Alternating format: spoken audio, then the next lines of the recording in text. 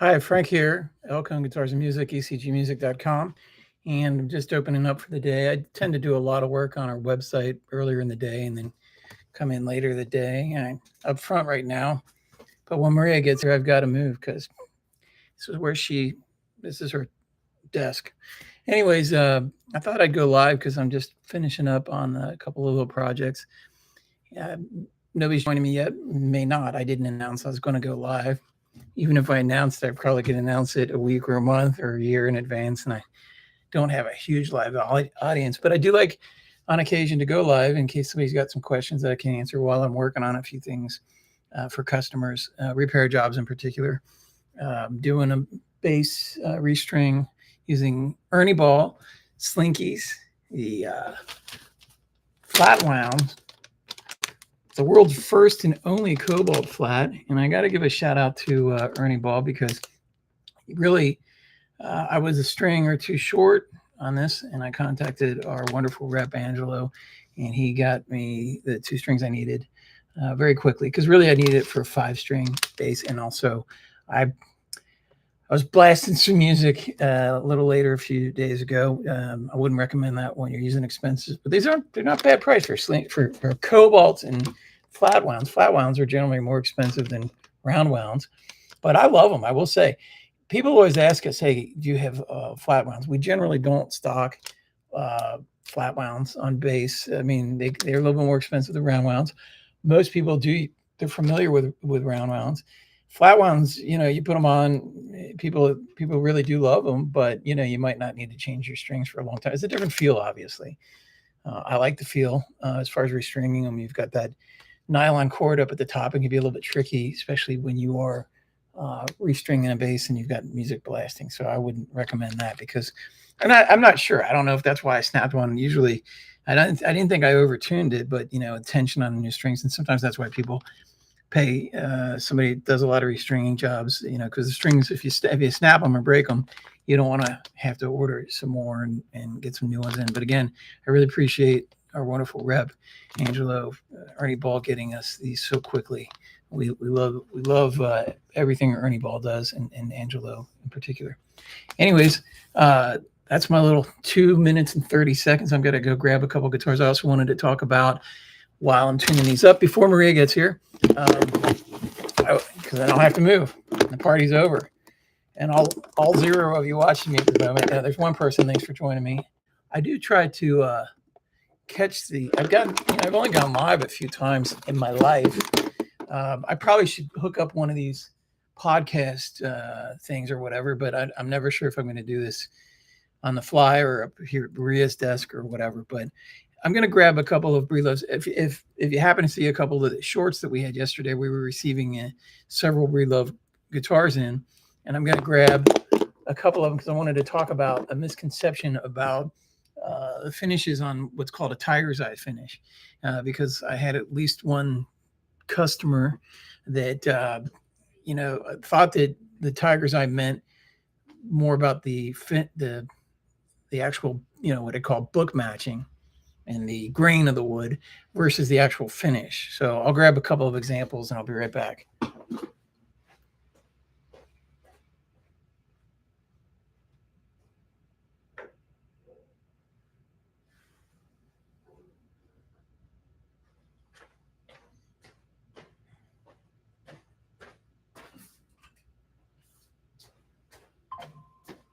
Probably should have grabbed these in advance, but I don't know.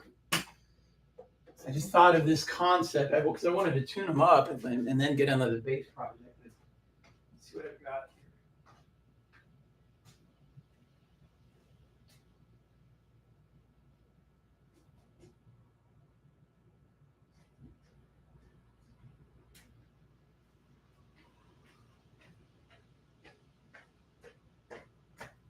here. Okay. So my first thing on my mental list for the day is to finish receiving in these Breedloves. One thing about when I receive guitars in, if I get 7 in, it takes me in excess of, 8 hours to really complete how many guitars I check in. It's a process. And, I've read, some of these major online companies and their, umpteen point inspections, I'd say we do those and then some. Some of the things that they do for multi-point inspections, I'm like, do you really have to do a 14-pin MIDI connection on a guitar? Is that one of your points of inspection if you don't have that? But if you enumerated everything out that you do when you receive guitars in, I mean, for us, it's a process of one, the established relationship with the quality manufacturers like Breedlove, like Tajima, like Ibanez, like Cordoba, and we know what we're getting is quality in the first place, and they're shipping it, well protected, double boxed. So that's part of the inspection process. But then, once we receive it, we unbox it, we check it, and like this is an example. I do a visual inspection. I go over every aspect of the guitar. There's some paperwork elements to it as well. Serial number, models, checking for any imperfections. I mean, if there's an aesthetic issue that's not worth sending back, sometimes we'll make something a B stock and it's just a savings, But most of the time, there's not any kind of like shipping damage or flaw or whatever. But those are the kind of things we consider, and we go over it, make sure that the tuners work, and you can tune it up. And that's what I'm doing with this brand new guitar right here. So we just got this one in, and I like to tune it. It's a standard tuning. Just check it out real quick. So really, I don't want to bore you too much with all of that. I really was wanting to talk about the finish aspect of it, because this is a concerto, dreadnought concerto. So it's a dreadnought size, that Breedlove has been doing for a number of years, different sizes where the dreadnought concerto projects more like a jumbo, maybe louder than your traditional dreadnought, but they call this the dreadnought concerto. And you can kind of identify them, at least, I can, maybe you can too, between the concert, which is a very popular body size, which is slightly smaller than the dreadnought, but projects at least as much. It's this paddle stock. So the paddle stock is on the concerto dreadnought, and then also on the concertina, and then the in between is the concert size. But this model is a Tiger's Eye, right? TE for Tiger's Eye, Pursuit Exotic S Concerto Tiger's Eye. And what I'm trying to point out here is that I did have a customer recently that really thought that Tiger's Eye meant the grain pattern, and it doesn't. This is a Tiger's Eye, and it's got a fantastic grain on this guitar, right? I think that people can mistake what I'd call book matching in the centerpiece with the grain in the guitar that is book matched, and you've got the grain kind of, mirroring one side or the other because they flip it. And I don't know if I can get my computer camera to zoom in on that, but this particular one is myrtlewood, and it's got a beautiful grain. You can see the book matching on the back too, right? So that line down the middle, I mean, you flip the piece of wood. It's a really great quality wood. But the point being is that this is a Tiger's Eye. Now, this customer that thought Tiger's Eye had more to do with the grain.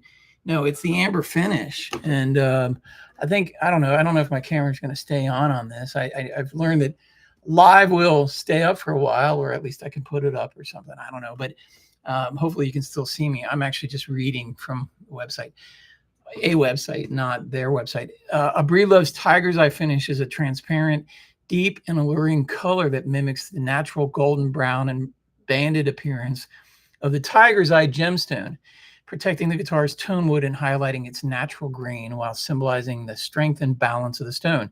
The finish is applied to guitars like the limited edition Oregon series, featuring locally sourced myrtlewood to enhance the instrument's unique aesthetic and concert, and connect it to Breedlove's earthy and values-driven design. And they really are. They're fantastic with sustainability and what they're doing with wood and tone, and how they have the acoustic frequency sound optimization. They're very unique in that regard.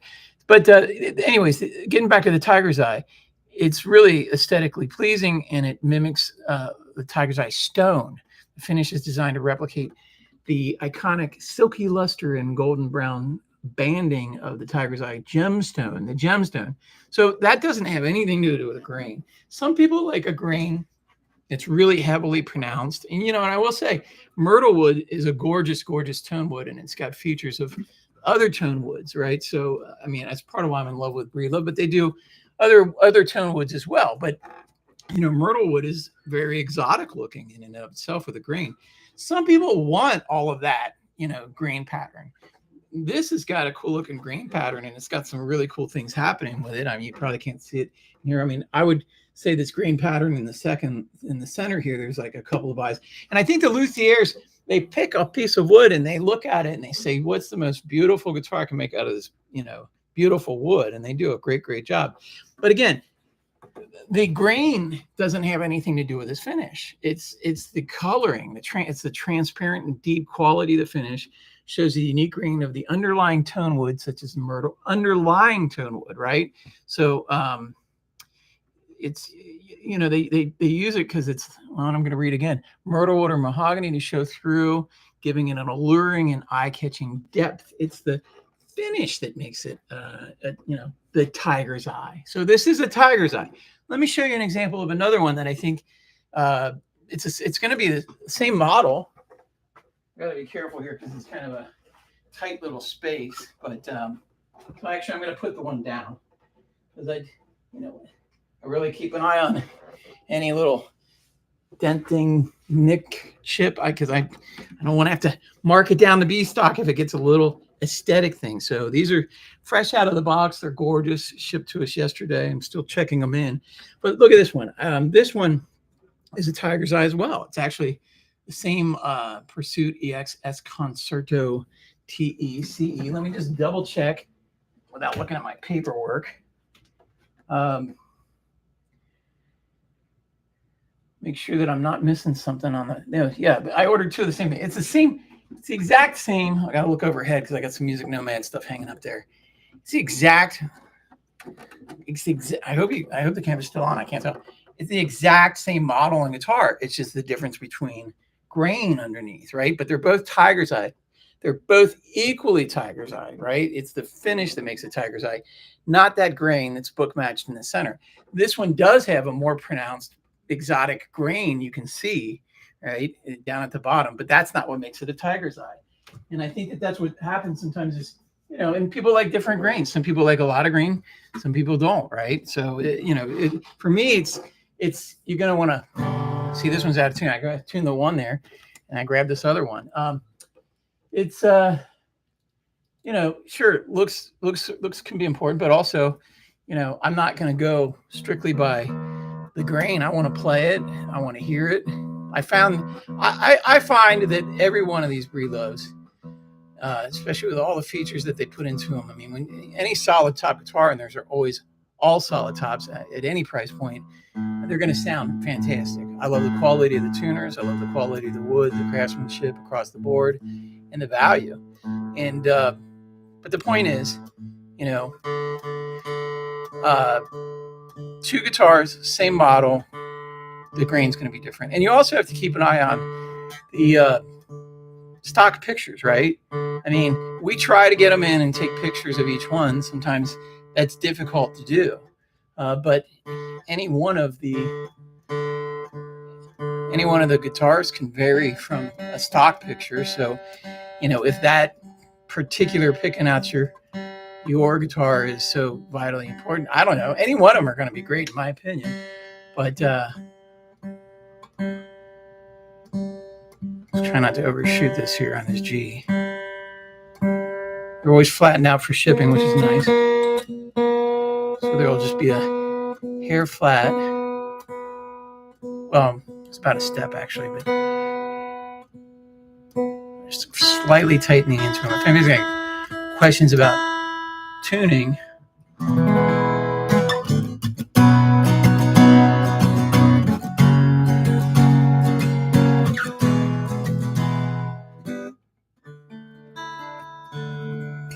anyways, I'll come back to that, but it's in tune.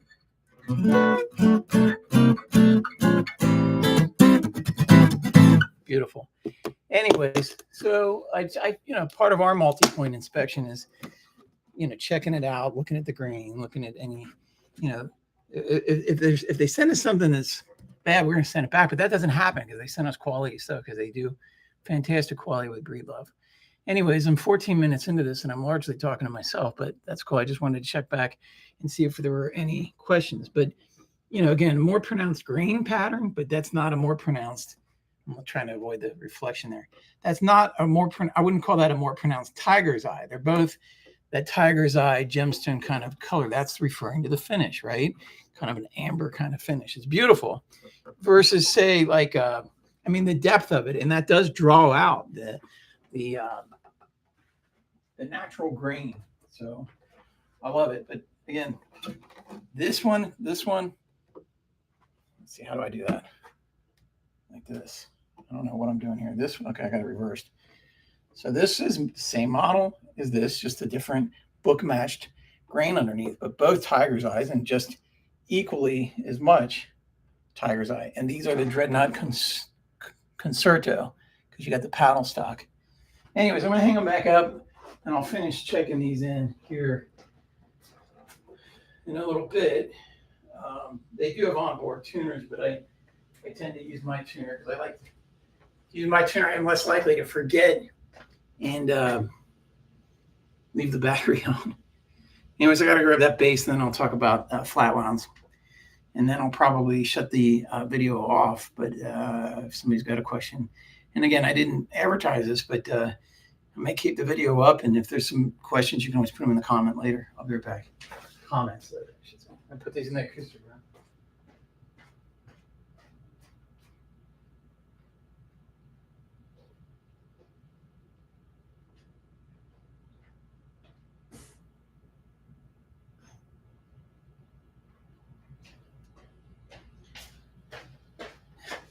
It's always more interesting too when I turn on some background music, and I love playing Chris Perkins, and I don't know if Chris is out there today.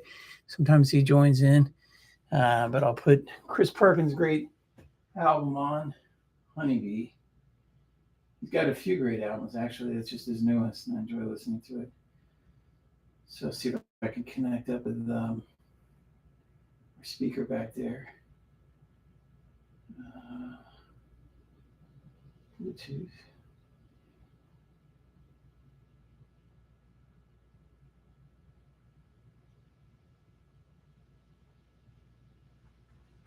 Yeah. Okay. Okay. Just waiting for that to connect.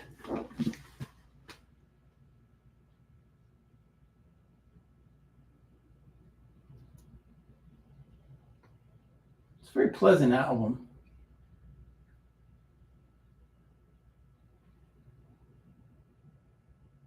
And it's really nice that he lets us play his stuff without running into any kind of intellectual property problems, like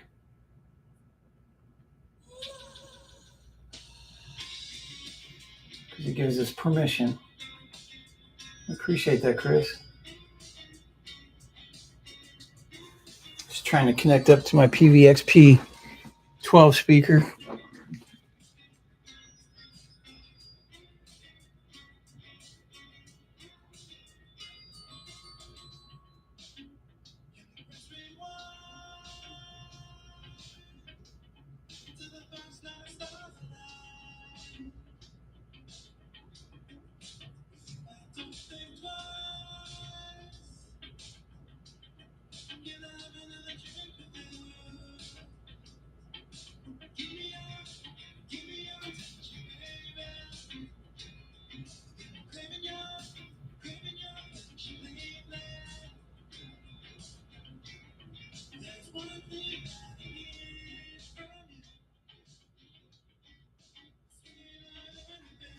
I don't know, it's always hard to get that to connect at first.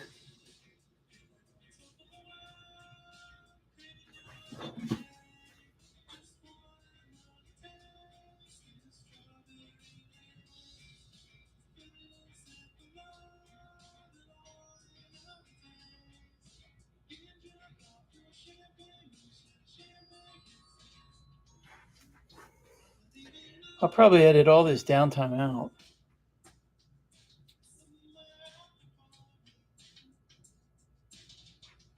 can get that on.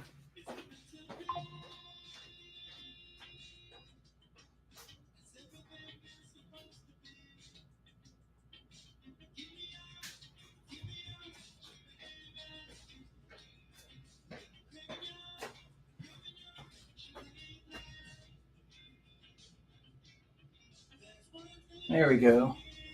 Should kick in here. There we go. I like that much better.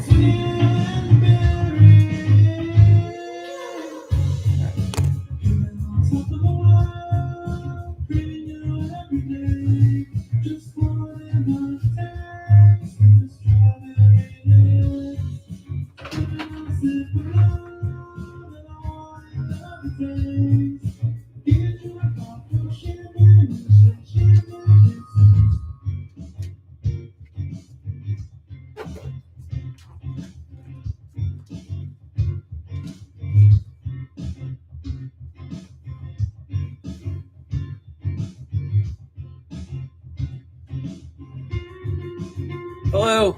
Goodbye. Hello, goodbye.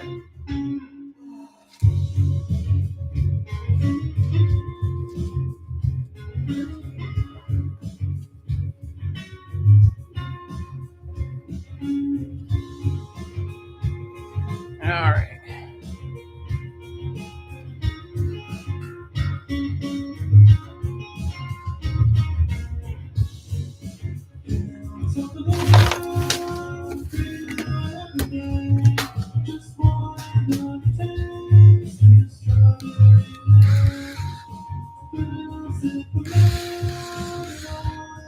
I love using this Ernie Ball Power Peg Pro. I mean, I use any winder. I mean, I love even cheap winders are better than no winder, but the key to getting a great winding. There's the Power Peg, which is not rechargeable. This is rechargeable, but I love these. So he wants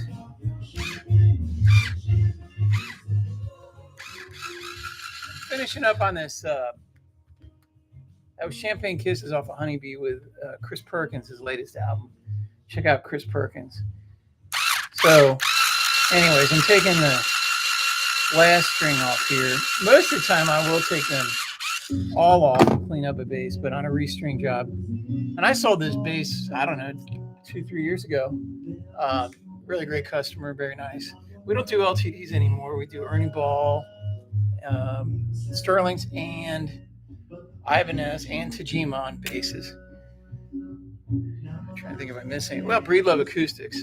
But when it comes to electrics, this was a 5-string that we sold them a few years ago when we were still ordering from this company, LTD. I really like Ernie Ball, Sterling, and I really like Ibanez, and I really like Tajima a lot. So those are some of my favorite brands.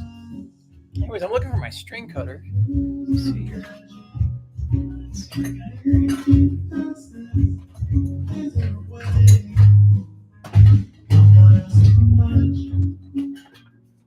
What I did with the other ones, at least I got these. I've got others, I don't know where I put them. They're probably under this. There they are. They're on Maria's desk, which I'll probably have to vacate soon. Okay.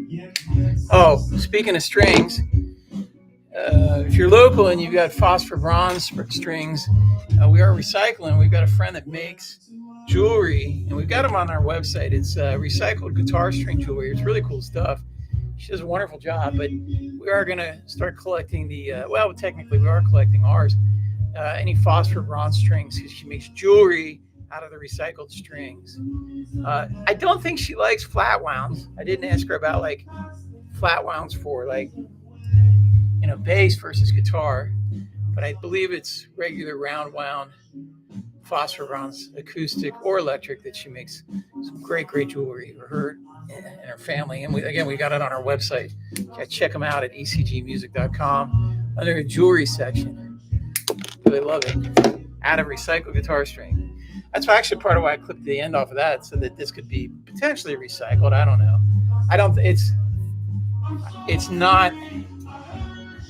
It's not round wound, but I don't think this one's phosphor browns. I mean, it is round wound. It's not flat wound, but I'll have to ask her if she wants it. Anyways, if you're local, we will recycle phosphor bronze regular round wound, but I'm putting flat wounds on this bass, finishing this job up. So if anybody's got a question about restringing guitars or restringing basses, let me know. I'm going to turn down this Chris Perkins Honeybee. Local musician, not originally local, but thank God he's here in the area now. He's a wonderful musician and great guy. Chris Perkins Honeybee. So whoever's there joining, I appreciate it. If you got questions about guitars, bass, restringing, any kind of tech stuff in general, let me know. I just figured I'd go live while I finished up a couple of tasks here and kind of start my day at the shop, which usually I start my day much earlier working on our website from home.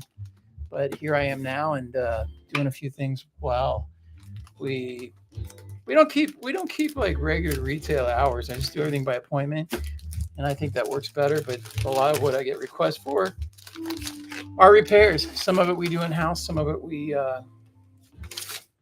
have our friend Buck Van Leerhoven do. Also, our favorite guitar teacher is Jan Para, and he's got his own place up the hill in the old Mesa area on El Cajon Boulevard. And he's a great teacher. He can teach remotely. He does some repairs too. We do restringing. We do setups here at the shop. And also Buck Van Leerhoven, we send a lot out. He picked up 3 guitars this last week. And but I field a lot of questions about, restrings and just different things. It can be a little tricky, especially with something like this Flatwound Super Slinkies, which I do love. I think I'll try them on one of my basses someday. But getting it seated back in the bridge because of the nylon wrapping, which is fatter down at the bottom, that's kind of a key factor. But I think round wounds are a little easier to restring versus the flat wounds. And Flatwound Cobalts are fantastic. I do love them. This package here it's definitely my favorite Flatwound that I've ever dealt with. I mean, I carry all the great string companies: Ernie Ball, D'Addario, GHS. What am I missing? String Joy. They're fantastic too. Ernie Ball tends to be my favorite and my go-to, and part of it's because we love the rep and we love the quality. But these Flatwounds, if you want Flatwounds, those are the ones I recommend. And we generally special order them. I mean, if you order them on our website, we'll get them to you and get them to you quickly because they're very close to us. And Ernie Ball treats us great because they're great. Anyways, when I get that in there, it's the bridge underneath. I mean, that hole with the nylon is a pretty tight little fit, right? So I had to make sure that that's seated in there because that purple nylon winding is really thick at the bottom. So it was a tight fit. It kind of bunched up. But I do love the way that the Flatwounds feel. Anyways, then up in here, and usually I do that on this table right over there, but I'm just working off with my little computer sitting on Maria's desk before she gets here. One of the dilemmas is always, how much are you going to cut off? And you want a nice winding. I like to get it better than a factory winding. I probably do a little bit more coil than most factories because, well, let's face it, most factories, they're not wanting to use any more string. And I don't know why they just, it seems like they don't have quite as much. And you don't want too much and you don't want too little. And they do it right. But I'm just saying with something like this, especially when you got a purple winding, you want it to stand out, that it looks really nice and wrapped. I don't think you can see that. Maybe I'll take pictures sometime, but that purple stands out and it looks cool. Anyways, the way that I do it varies depending upon the instrument. Here on this bass, I want it back about 2 lengths from where this would be. So I'll grab it up in here and then I'll pull it down here. And I tend to quadruple check because once you cut it, you can't uncut it, right? So better too long than too short. However, once you start wrapping it, that's when you're going to know where your coil is. So, if I cut it right here, if I measured up if the peg is here and I measure up to here and I cut it, it's not enough. So I'm going to bring this point back to this and then my new point comes here. Now, arguably, with that kind of slack from here to there, I'm going to start it in here. That's a lot of slack. It may be too much. It doesn't really hurt anything to rewind it, but I try to avoid it. So that's why I'm going to quadruple check, because he needs it to play in church tomorrow. He's really wanting back, and we try to put a rush job, so he's playing for the Lord. So let's see, we got here to there, and then pull it back down here, and then about there. It's probably a little overkill. Anyways, then I'm going to make my bend. I'm going to make a bend instead of 90. And, I may have a little more wrapping than I want to. We'll see. And I always cut it with a sharp point on the inside of that bend, right in that elbow. I don't know if you can see it. I'll try to put it on a backdrop like that D'Angelico guitar. So that ideally, I cut it where it's not going to unravel. I've never really had one unravel, but that's the paranoia. But anyways, if you cut an expensive string like that too short, you can get frustrated. So you don't want to cut it too short, because you don't want to have to replace a single string. And these aren't cheap strings when you're talking Flatwounds, especially in Cobalt. But I love them. I think they're worth the money. And again, this is my go-to pack now for Slinky Flatwounds from Ernie Ball. Absolutely love them. I think they're the best Flatwounds on the market, and they're versatile. Anyways, I like to get it started. Just stuff the tip of that nylon wrapped Cobalt string up in there, and I love using my PowerPeg Pro, and I'll put it in there and just get it going. And when I'm starting it, I just want to catch it and start wrapping it up towards the top of the post. That's what I'm doing here. And I know I don't really have a camera angle on it that you can really see it, but it shows you the PowerPeg Pro and how quick it is. And I'm just guiding it to how I want it to wrap nice and tight right there.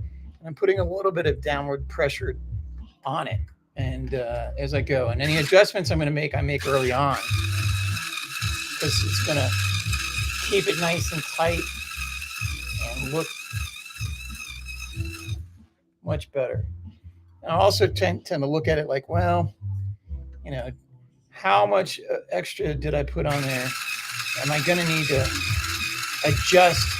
Because I don't want too much winding. But I will say, I'm very cautious here about, did I think I'm going to have a little bit more winding than I want. So actually, I'm going to back this off. This is my last one on this. And if you're going to make a coil adjustment where you think, I was a little too conservative about where I clipped it, which I tend to do that, especially if I've already snapped a string or busted one, or they're, expensive pack. So in looking at that, I feel like my coil is going to be quite a bit longer than I wanted. So I'm going to go back, stretch it out, take another look at it, and see how much am I off. Not much. And I'm going to pull it back down here. Let's see here. So this to there. All right. So this. Not that much, yeah. Although I feel that's a lot. So I'm saying I probably should have gone an inch and a half, maybe 2. But better to know early on and make the adjustment so I can clip it back. So I'm going to make that bend again. And I knew I was probably a little long. I'm just nervous about messing this one up because I want them to have it for church tomorrow. So I'll pull it back. Check it again. Yeah. I mean, I might have gone 2 inches too long on that. But anyways, no big deal. That's why I wanted to check it early on. Put my bend back in. Clip it on the inside of that elbow so that it doesn't come unwound. Check this here. Okay. Stuff it in that post. Nice and far. Get back on my winder, which one of the things I love about the winder is it is good for bass bass tuners as well, or machine heads, but counterclockwise. And I'm also so used to just hitting the lower portion of it to take it for windings, and it'll hold the charge for forever. Anyways, getting back to it, it's that initial adjustment, that I want that first winding in particular nice and tight, and I'm putting downward pressure on it as I pull it. Just little things like that to get a nice coil. And winders, whether it's a mechanical motorized one like the Power Peg or Power Peg Pro, or a hand winder, I can make my adjustments a whole lot easier when I've got a Power Peg Pro or a Power Peg winding with me. Anyways, as I get a little bit closer to the tension in the coil, I'm just looking, you don't want it wrapped too much, and you're never going to get a good tuning. But about right there, yep, it's getting nice and tense. And this is on the 5th string, so my last one here. And I just like to get it to where it's got good tension. And then I'll pre-stretch it, give it some tugs down at the bridge and up top.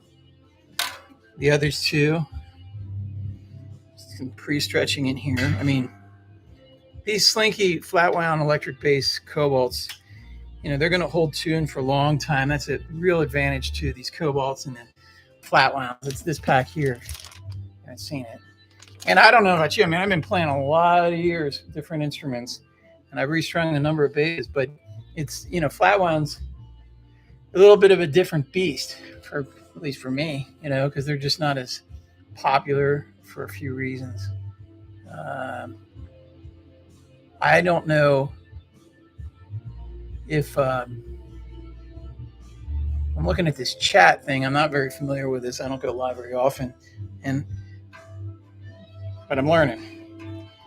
Anyways, if you've got questions about restringing really any stringed instrument, let me know. I'm just working on this so I can get this back to the guy tomorrow and a few other projects. Again, before Maria gets here at our little guitar and music shop, Elkhorn Guitars and Music, ecgmusic.com. Whenever you're tuning anything, just take your time. Like I said, I like to pre-stretch it. I'm always fearful I'm going to overshoot it and snap the string. So sometimes I do like the smart move is cut the music. That's Chris Perkins, Honeybee. Really nice musician. Has been to our shop, actually bought a Tajima guitar from us, and he loves that. We love his music. So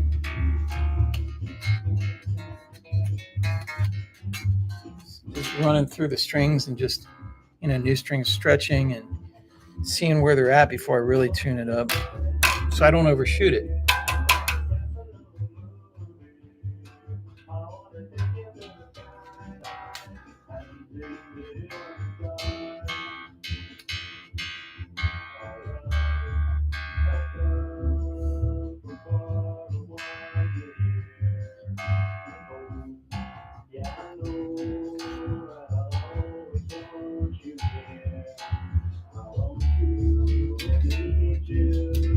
Chris Perkins in the background, Bossa Nova Baby on Honeybee. It's very pleasant. Well, right back. I want to get another 5-string just so I can match it up by ear so I don't overshoot it.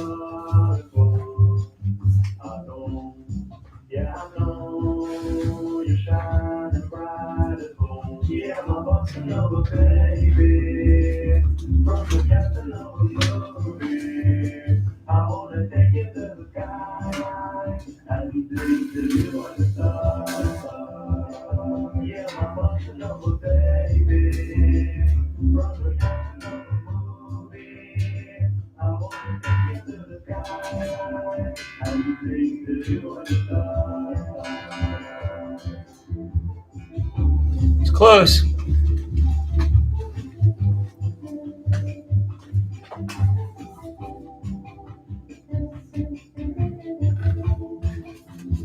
Let's see here. It's always tricky with these flatwounds and bass strings in general. It's so low to hear them, you know, but I'm using an electronic tuner too, so it's easy to overshoot them. And then with these nylon windings and the tension, because this is at C sharp right now, so I mean, whereas it feels like I should go up an octave, I'd rather be an octave down than an octave over and not snap expensive strings. Yeah. So it's just that B, very slack. So it's easy to overshoot it when you do a winding, and you know, it's a lot of tension on the thin part up top towards the tuner, right? The nylon wrapped string. But anyways, checking this A too, and I'd rather be an octave down than an octave too high because it'll snap a string. So just dropping this one down to obnoxious flat. And that's my advice, whether it's a guitar or a bass or anything. You know, if you're not sure, drop it down where it's obnoxiously, where you feel that it's super flat, because it's too easy to snap a string. You know, and I'm always fearful of that. Uh-oh, Maria's here. So I'll have to vacate here in a second, even though I'm not in tune, which is probably gives me some time to stretch these out. Hello, Maria. We're live here on YouTube. So there's two wonderful people that are here. There might be a chat. I don't see anybody like asking any questions or chat, but I was just restringing that bass, trying not to snap another string, you know. So easy to overshoot things. That's what I was talking about here. But it scares me with these nylon strings. Well, the nylon at the top of the flatwound. Anyways, Maria wants her space. Thanks for watching. If you got any questions, you can always email me or comment in here. I don't know. Maybe next time I'll give more advanced notice, but it's a mixed bag. You know, it never fails. If I schedule it, then somebody will come in right when I've scheduled it. That's been my experience. So I haven't scheduled yet. Hi, Derek, Helm, and Chris, and anybody else watching. Thanks. See you later. Hit us up at ecgmusic.com. Okay.